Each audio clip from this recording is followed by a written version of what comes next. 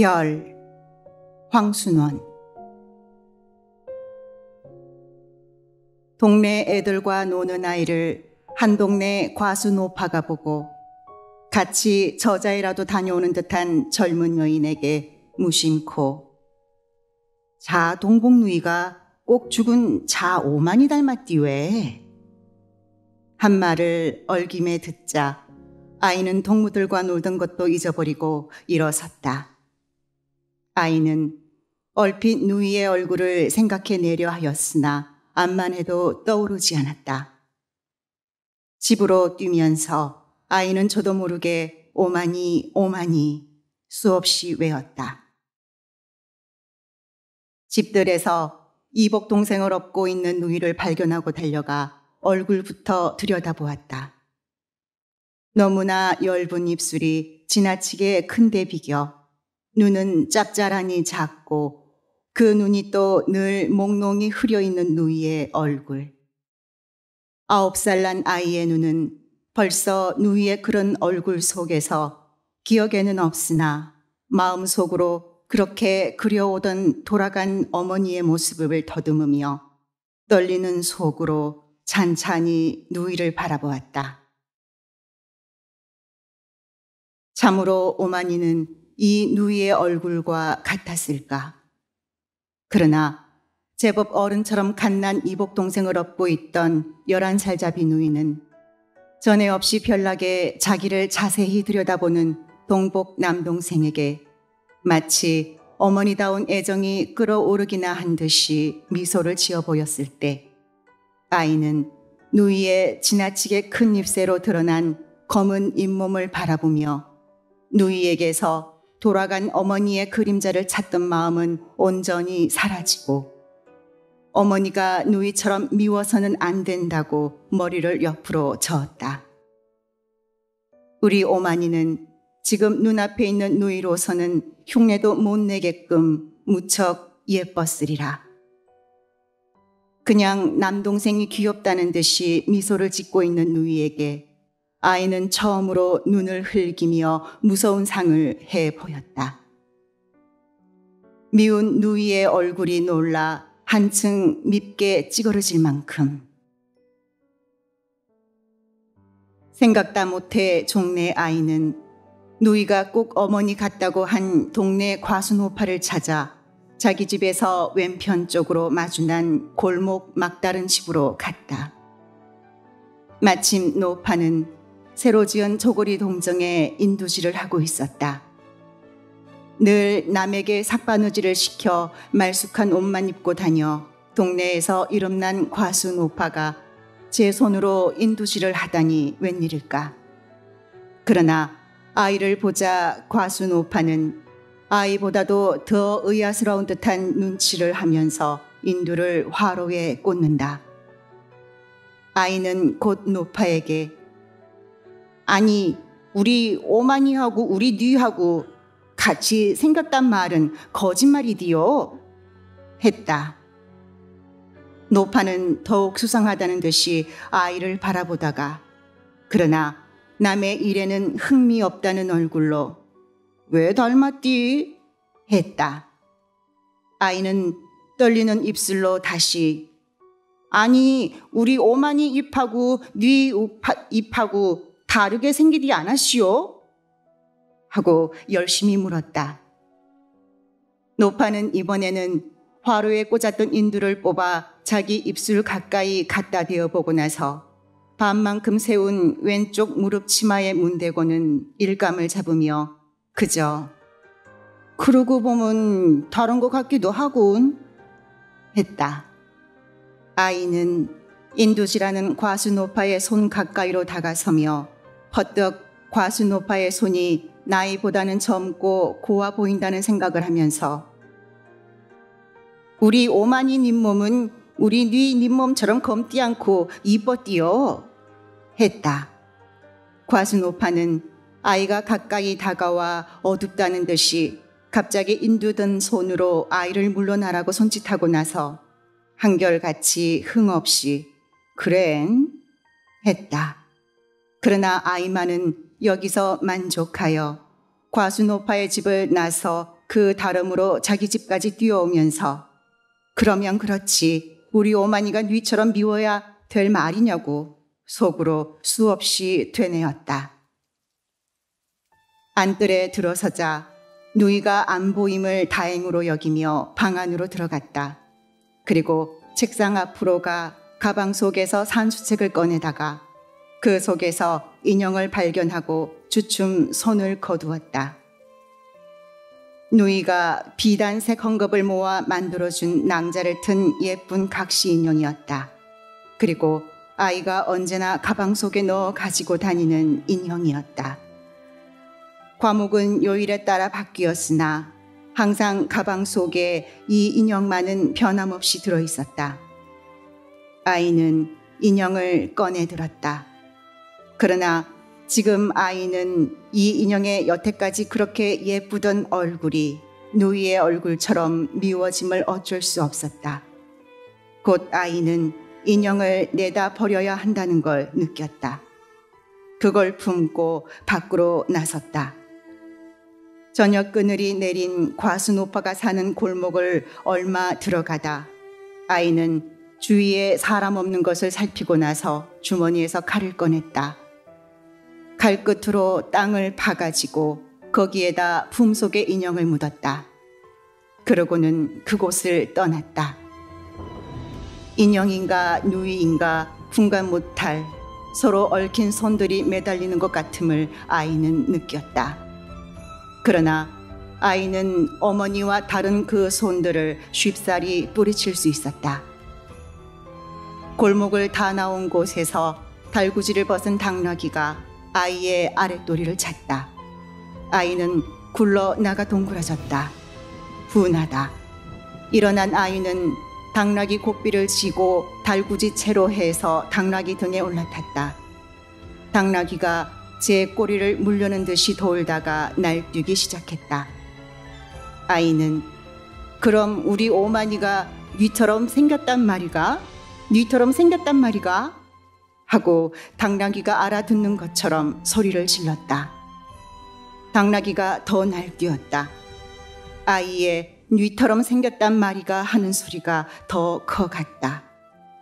그러다가 벼랑간 뒤에서 누이의 대런 하는 부르짖음 소리를 듣고 당나귀 등에서 떨어지고 말았다. 땅에 떨어진 아이는 다리 하나를 약간 삔 채로 나자빠져 있었다. 누이가 분주히 달려왔다. 그러나 아이는 누이가 위에서 굽어보며 붙들어 일으키려는 것을 무지스럽게 손으로 뿌리치고는 혼자 벌떡 일어나 삔 다리를 예사롭게 놀려 집으로 돌아왔다. 갓난 이복 동생을 업어주는 것이 학교 다녀온 뒤에 나날의 일과가 되어 있는 누이가 하루는 아이의 거동에서 자기를 꺼리고 있다는 것을 눈치채고는 그런 동생을 기쁘게 해주려는 듯이 어버네의 볼기짝을 돌려대더니 꼬집기 시작했다. 물론 누이의 손은 힘껏 꼬집는 신용만 했고 그럴 적마다 그 작은 눈을 힘주는 듯이 꿈쩍꿈쩍하였지만 결국은 애가 울지 않을 정도로 조심하면서 꼬집어대는 것이었다. 사실 줄곧 누이에게만 애를 업히는 의붓 어머니에게 슬그머니 불평 같은 것이 가고 누이에게는 동정이 가던 아이였다.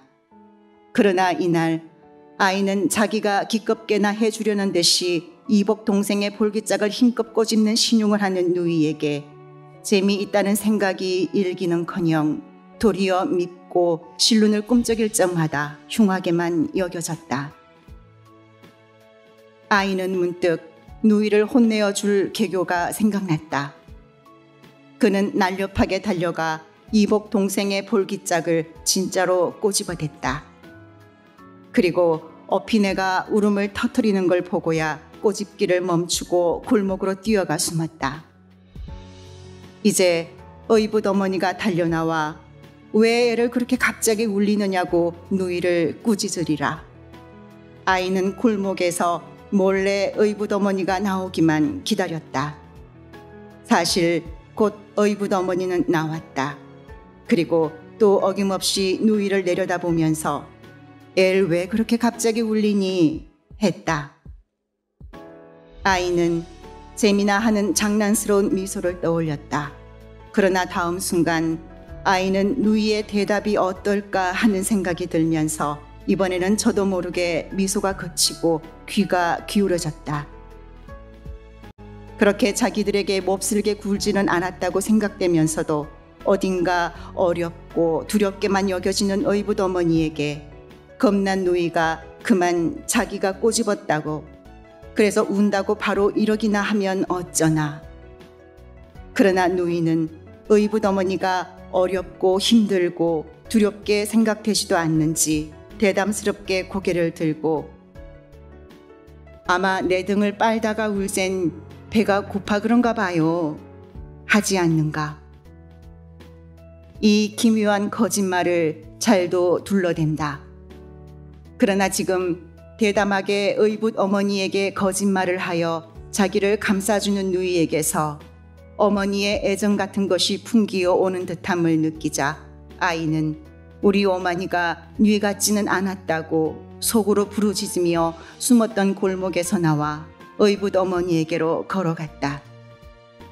그러고는 난 또 애 없고 어디 넘어지지나 않았나 했군 하면서 누이의 등에서 어린애를 풀어내고 있는 의붓 어머니에게 아이도 이번에는 겁내지 않고 내가 애 엉덩이를 꼬집었지요 했다. 아이는 옥수수를 좋아했다. 옥수수를 줄줄이 다음 뜯어먹는 게 참 재미있었다. 알이 베고 고든 자르면 엄지손가락 쪽의 손바닥으로 되도록 여러 알을 한꺼번에 눌러 밀어 얼마나 많이 붙은 쌍둥이를 떼낼 수 있나 누이와 내기하기도 했었다. 물론 아이는 이 내기에서 누이한테 늘 졌다. 누이는 줄이 곧지 않은 옥수수를 가지고도 꽤는 잘 여러 알 붙은 쌍둥이를 떼내곤 했다. 그렇게 떼낸 쌍둥이를 누이가 손바닥에 놓아 내밀어 아이는 맛있게 그걸 집어먹기도 했었다. 그러나 이날 아이는 누이가 우리 누가 많이 쌍둥이를 만드나 내기할까? 하는 것을 단박에 싫어해버렸다. 누이는 혼자 아이로서는 엄두도 못 낼 긴 쌍둥이를 떼냈다. 아이는 일부러 줄이 곧게 생긴 옥수수 자루인데도 쌍둥이를 떼내지 않고 알알이 뜯어먹고만 있었다. 누이는 금방 뜯어낸 쌍둥이를 아이에게 내주었다. 그러나 아이는 거칠게 싫어 하고 도리지라고 말았다. 누이가 새로 더 긴 쌍둥이를 뜯어내서는 다시 아이에게 내밀었다. 그러나 누이가 마치 어머니처럼 굴 적마다 도리어 돌아간 어머니가 누이와 같지 않다는 생각으로 해서 더 누이에게 냉정할 수 있는 아이는 내민 누이의 손을 쳐 쌍둥이를 떨어뜨리고 말았다. 그러던 어떤 날 저녁 어둑어둑한 속에서 아이가 하늘의 별을 세며 별은 흡사 땅 위에 이슬과 같다고 생각하고 있는데 누이가 조심스레 걸어오더니 어둑한 속에서도 분명한 옥수수 한 자루를 치마폭 밑에서 꺼내어 아이에게 쥐어주었다. 그러나 아이는 그것을 먹어볼 생각도 않고 그냥 뜨물 항아리 있는 대로 가 그곳에 떨어뜨리듯 넣어버렸다.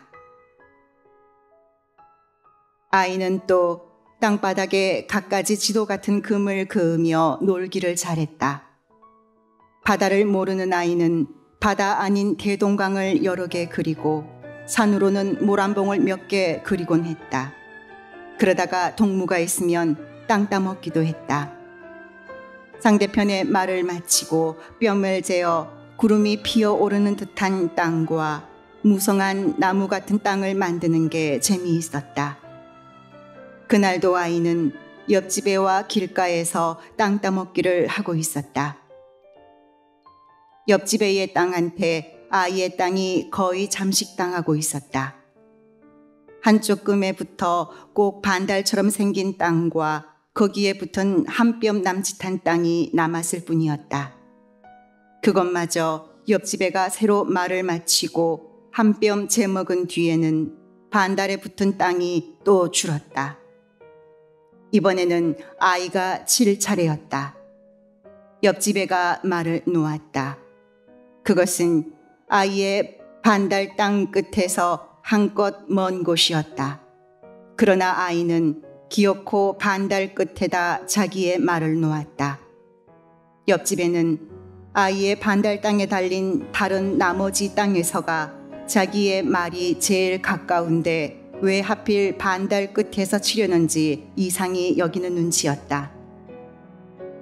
사실 아이의 어디까지나 반달 끝에다 한 뼘 맘껏 둘러 재어 동그라미를 그어 놓으면 얼마나 아름다울지 모르겠다는 계획을 옆집에는 알 터가 없었다. 아이는 반달 끝에서 옆집의 말까지의 길을 닦았다. 이번에는 꼭 맞춰 이 반달 위에 무지개 같은 동그라미를 그어 놓으리라. 아이의 입은 꼭 다물어지고 눈은 빛났다. 뒤이어 아이는 옆집의 말을 겨누어 엄지손가락에 버텼던 장가락을 튕기었다. 그러나 아이의 장가락 손톱에 맞은 말은 옆집의 말에서 꽤 먼 거리를 두고 빗지나갔다. 옆집 애가 됐다는 듯이 곧 자기의 말을 집어들며 아이가 아무리 먼 곳에 말을 놓더라도 대번에 맞춰버리겠다는 득이의 미소를 떠올렸다. 그러면서 아이의 말 놓기를 기다리다가 흐려지지도 않는 경계선을 사금파리 말을 세워 그었다. 아이의 반달 끝이 이지러지게 그어졌다. 아이가 "이건 왜 이렇게 해?" 하고 고함쳤다. 옆집에는 곧 다시 고쳐 금을 그었다. 옆집에는 아이가 자기의 땅을 줄게 그어서 그러는 줄 알았는지 이번에는 반달의 등이 약간 살찌게 그어 놓았다.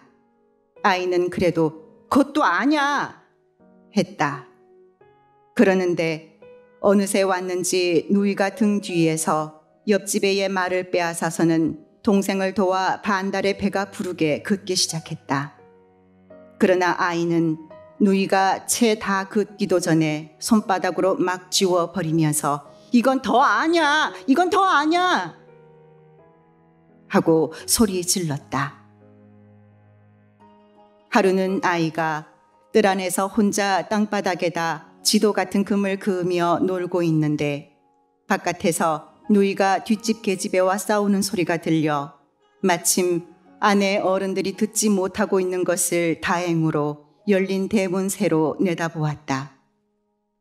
아이가 늘 예쁘다고 생각해 오던 뒷집 계집애의 내민 역시 예쁜 얼굴에서 "그래, 안 맞았단 말이가?" 하는 말소리가 빠른 속도로 계속되는 대로 또 누이의 내민 밉게 찌그러진 얼굴에서는 "안 맞디 않고?"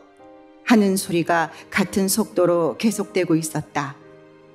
땅 따먹기 하다가 말이 맞았거니 안 맞았거니 해서 난 싸움이 분명했다. 어느 편이 하나 물러나는 법 없이 점점 더 다가들면서 내민 입으로 자기의 말소리를 좀 더 이악스레 빠르게들 하고 있는데 저편에서 뒷집 계집애의 남동생이 달려오더니 다짜고짜로 누이에게 흙을 움켜 뿌리는 것이 아닌가. 그러자 뒷집 계집애의 예쁜 얼굴이 더 내밀어지며 "그래, 안 맞았단 말이가?" 하는 소리가 더 날카롭게 빠르게 계속되는 한편 누이는 먼저 한 걸음 물러나며 "안 맞았디 않고?" 하는 소리도 떠져갔다. 뒷집 계집애의 남동생이 또 흙을 움켜 뿌렸다. 뒷집 계집애의 남동생이 흙을 움켜 뿌릴 적마다 이쪽 누이는 흠칫 물러나며 말소리가 줄고 뒷집 계집애의 말소리는 더욱 잦아갔다. 그러자 아이는 저도 깨닫지 못하고 대문을 나서 그리로 걸어갔다.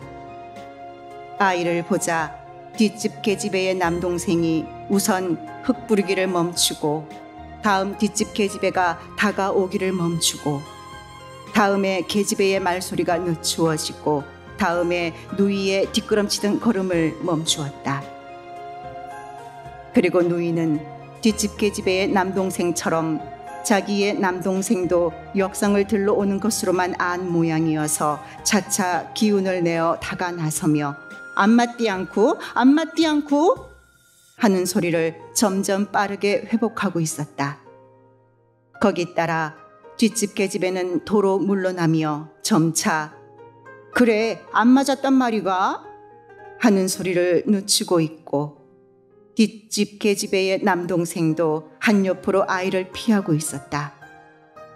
그러나 아이는 싸움터로 가까이 가자 누이의 흥분된 얼굴이 전에 없이 더 흉하게 느껴지면서 어디 어머니가 저래서야 될 말이라는 생각에 냉연하게 그곳을 지나쳐버리고 말았다.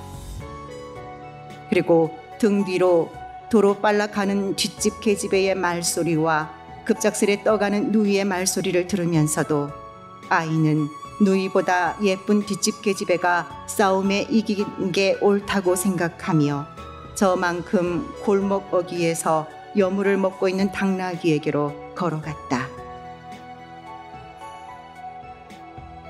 14살의 소년이 된 아이는 뒷집 계집애보다 더 예쁜 소녀와 알게 되었다. 검고 맑고 깊은 눈하며 깨끗하고 건강한 볼, 그리고 약간 노란 듯한 머리카락에서 풍기는 순한 향기. 아이는 소녀와 함께 있으면서 그 맑은 눈과 건강한 볼과 머리카락 향기에 온연히 홀린 마음으로 소녀를 바라보기만 하면 그만이었다. 그러나 소녀 편에서는 차차 말없이 자기를 쳐다보기만 하는 아이에게 마음 한구석으로 어떤 부족함을 느끼는 듯했다. 하루는 아이와 소녀는 모란봉 뒤 한 언덕에 대동강을 등지고 나란히 앉아 있었다. 언덕 앞 연보랏빛 하늘에는 희고 산뜻한 구름이 빛나며 떠가고 있었다. 아이가 구름에 주었던 눈을 소녀에게로 돌렸다. 그러고는 소녀의 얼굴을 언제까지나 들여다보기 시작했다. 소녀의 맑은 눈에도 연보랏빛 하늘이 가득 차 있었다. 이제 구름도 피어나리라. 그러나 이때 소녀는 또 자기만 말끄라미 바라보고 있는 아이에게 느껴지는 어떤 부족함을 못 참겠다는 듯한 기색이 떠올라 아이의 어깨를 끌어당기면서 어느새 자기의 입술을 아이의 입에다 갖다 대고 비비었다. 아이는 저도 모르게 피하는 자세를 취하였으나 서로 입술을 비비고 난 뒤에야 소녀에게서 물러났다. 벌떡 일어났다. 그리고 아이는 거친 숨을 쉬면서 상기돼 있는 소녀를 내려다보았다. 이미 소녀는 아이에게 결코 아름다운 소녀는 아니었다. 얼마나 추잡스러운 눈인가. 이 소녀도 어머니가 아니라는 생각이 불현듯 떠올랐다. 아이는 소녀에게서 돌아섰다.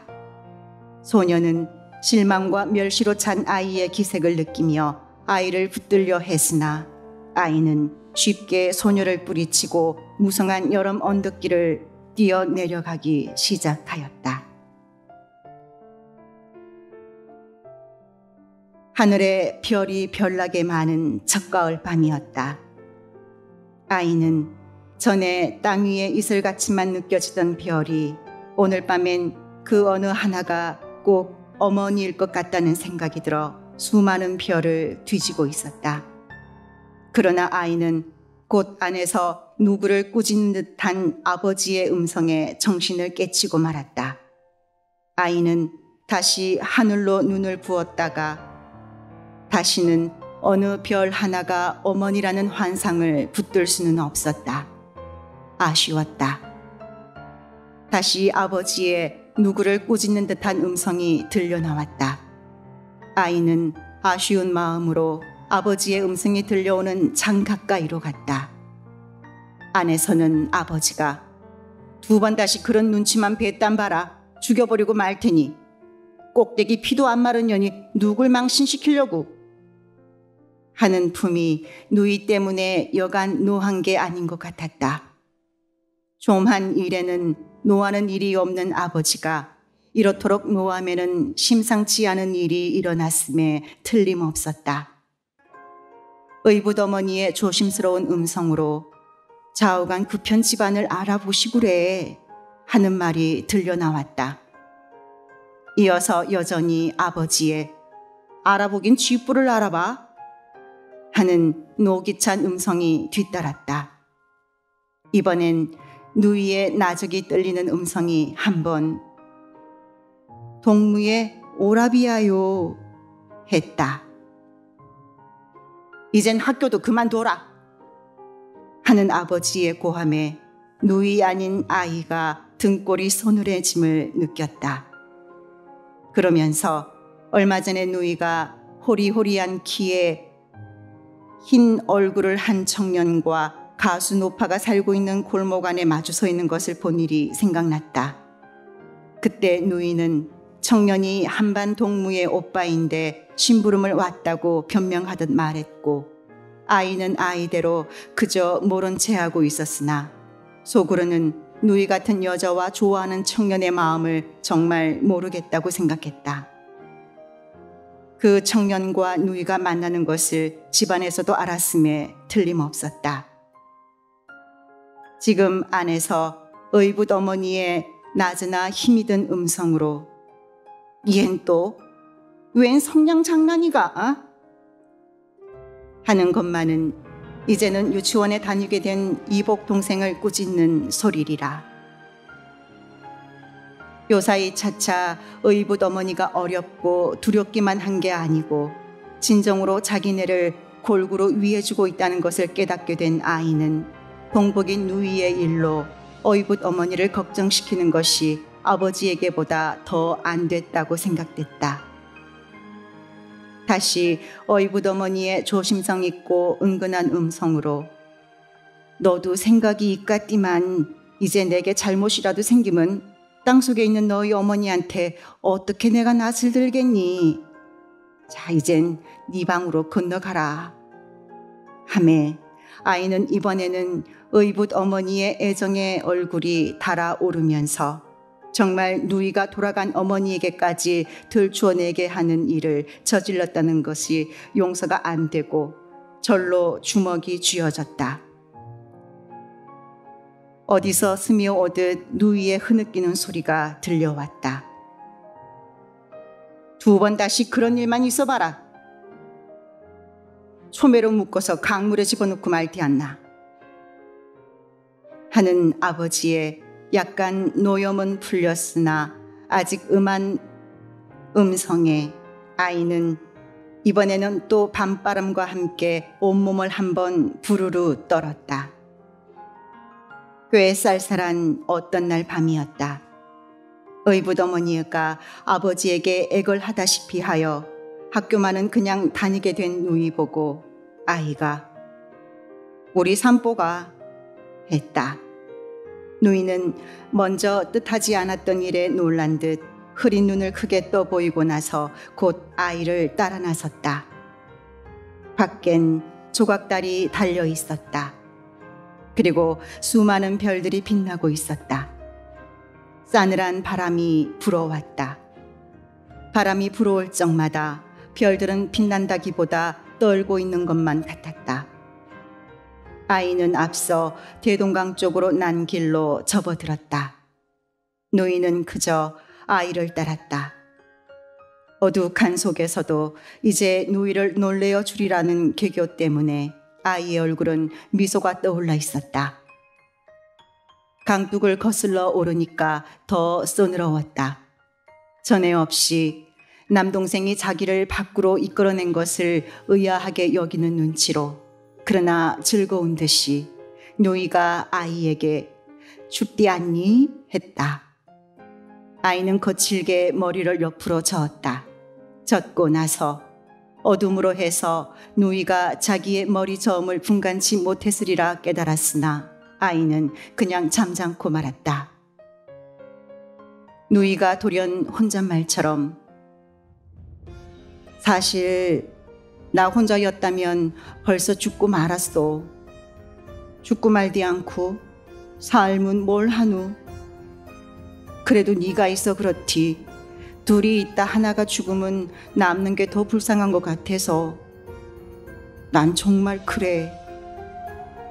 하며 바람 때문인지 약간 느끼는 듯했다. 아이는 혹시 집에서 누이의 연애 사건을 알게 된 것이 자기가 아버지나 의붓어머니에게 고자질한 것으로 잘못 알고 있지는 않나 하는 생각이 들자 누이를 쓸어안고 변명이나 할 듯이 획 돌아섰다. 누이도 섰다. 그러나 아이는 교회 교훈일을 실현할 좋은 계기를 바로 붙잡았음을 기뻐하며 누이에게 촌에 벗어라 하고 고함을 치고 말았다. 뜻밖의 당하는 일로 잠시 어쩔 줄 모르고 섰다가 겨우 깨달은 듯이 누이는 어둠 속에서 조용히 저고리를 벗고 어깨 치마를 머리 위로 벗어냈다. 아이가 치마를 빼앗아 땅에 길게 폈다. 그리고 아이는 아버지처럼 엄하게 가루 넣어라 했다. 누이는 또 곧 순순히 하라는 대로 했다. 그러나 아이는 치마로 누이를 묶고 강물에 집어넣는 차례에 이르러서는 자기의 하는 일이면 누이가 죽는 한이 있더라도 아무 항거 없이 도리어 어머니다운 애정으로 따라할 것만 같은 생각이 들며 누이가 돌아간 어머니와 같은 애정을 베풀어서는 안 된다고 치마 위에 이미 죽은 듯이 누워있는 누이를 그대로 남겨둔 채 돌아서 그곳을 떠나고 말았다. 누이는 시내 어떤 실업가의 막내 아들이라는 작달막한 키에 얼굴이 검푸른 누이의 한반 동무의 오빠라는 청년과는 비슷도 않은 남자와 아무 불평 없이 혼약을 맺었다. 그러고 나서 얼마 안 되어 결혼하는 날 누이는 가마 앞에서 의붓 어머니의 팔을 붙잡고는 무던히 슬프게 울었다. 아이는 골목에 몸을 숨기고 있었다. 누이는 동네 아낙네들이 떼어놓는 대로 가마에 오르기 전에 젖은 얼굴을 들었다. 자기를 찾고 있음에 틀림없다고 생각하면서도 아이는 그냥 몸을 숨기고 있었다. 그리고 누이가 시집간 지 또 얼마 안 되는 어느 날 별나게 빨간 놀이 친 늦저녁 때 아이네는 누이의 부고를 받았다. 아이는 언뜻 누이의 얼굴을 생각해내려 하였으나 도무지 떠오르지가 않았다. 슬프지도 않았다. 그러다가 아이는 지난날 누이가 자기에게 만들어 주었던 뒤에 과수노파가 사는 골목 안에 묻어버린 인형의 얼굴이 떠오를 듯함을 느꼈다. 아이는 골목으로 뛰어갔다. 거기서 아이는 인형 묻었던 자리라고 생각되는 곳을 손으로 팠다. 흙이 단단했다.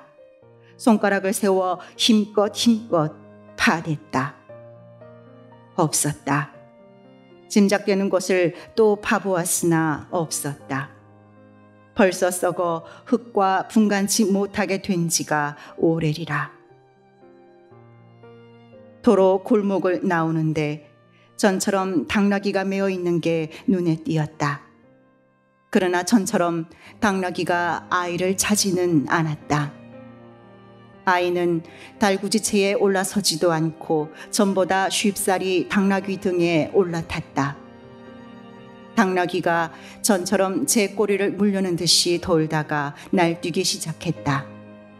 그리고 아이는 당나귀에게 나처럼 우리 늘 왜 죽겐 하고 소리 질렀다.